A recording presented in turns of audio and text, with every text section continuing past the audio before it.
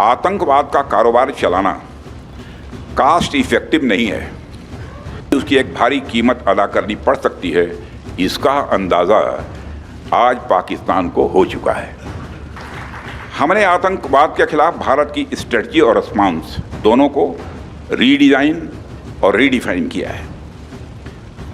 अब जब भी बात होगी केवल आतंकवाद पर बात होगी, पीओके पर बात होगी और किसी दूसरे मुद्दे पर पाकिस्तान के साथ बात नहीं होगी।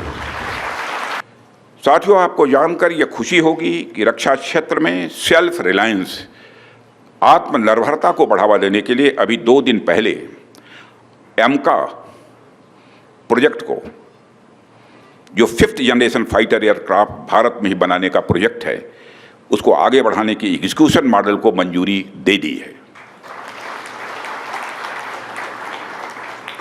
ये एक बहुत ही बोल्ड और बहुत ही डिसाइसिव डिसीजन लिया गया है, जो भारत की डिफेंस कैपेबिलिटीज़ को मजबूती प्रदान करने के साथ साथ इस देश में एरोस्पेस सेक्टर को एक डेप्थ और एक नई हाइट प्रदान करेगा। एमका प्रोजेक्ट के अंतर्गत आज 5 प्रोटोटाइप डेवलप करने की योजना है, जिसका बाद में सीरीज प्रोडक्शन होगा।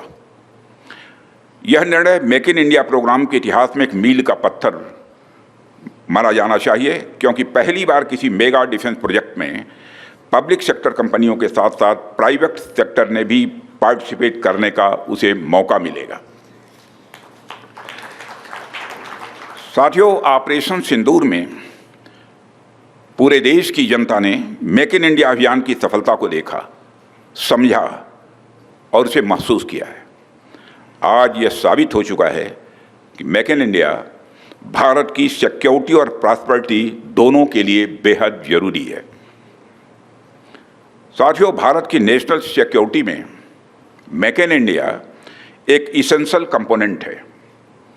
यदि हमारे पास यह क्षमता नहीं होती तो भारत की सेनाएं पाकिस्तान के निचले हिस्से से लेकर पीओके तक,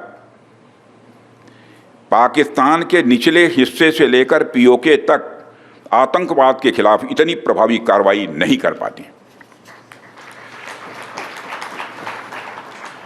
साथियों, आतंकवाद का कारोबार चलाना कास्ट इफेक्टिव नहीं है, बल्कि उसकी एक भारी कीमत अदा करनी पड़ सकती है। इसका अंदाज़ा आज पाकिस्तान को हो चुका है। फिर से मैं दोहराना चाहूँगा, आतंकवाद का कारोबार चलाना कास्ट इफेक्टिव नहीं है, बल्कि उसकी एक भारी कीमत अदा करनी पड़ सकती है। इसका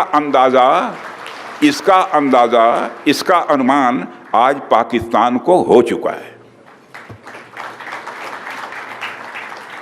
हमने आतंकवाद के खिलाफ भारत की स्ट्रेटजी और रिस्पॉन्स दोनों को रीडिज़ाइन और रीडिफाइन किया है।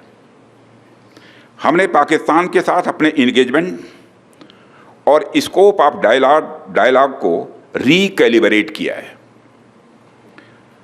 अब जब भी बात होगी केवल आतंकवाद पर बात होगी, पीओके पर बात होगी और किसी दूसरे मुद्दे पर पाकिस्तान के साथ बात नहीं होगी।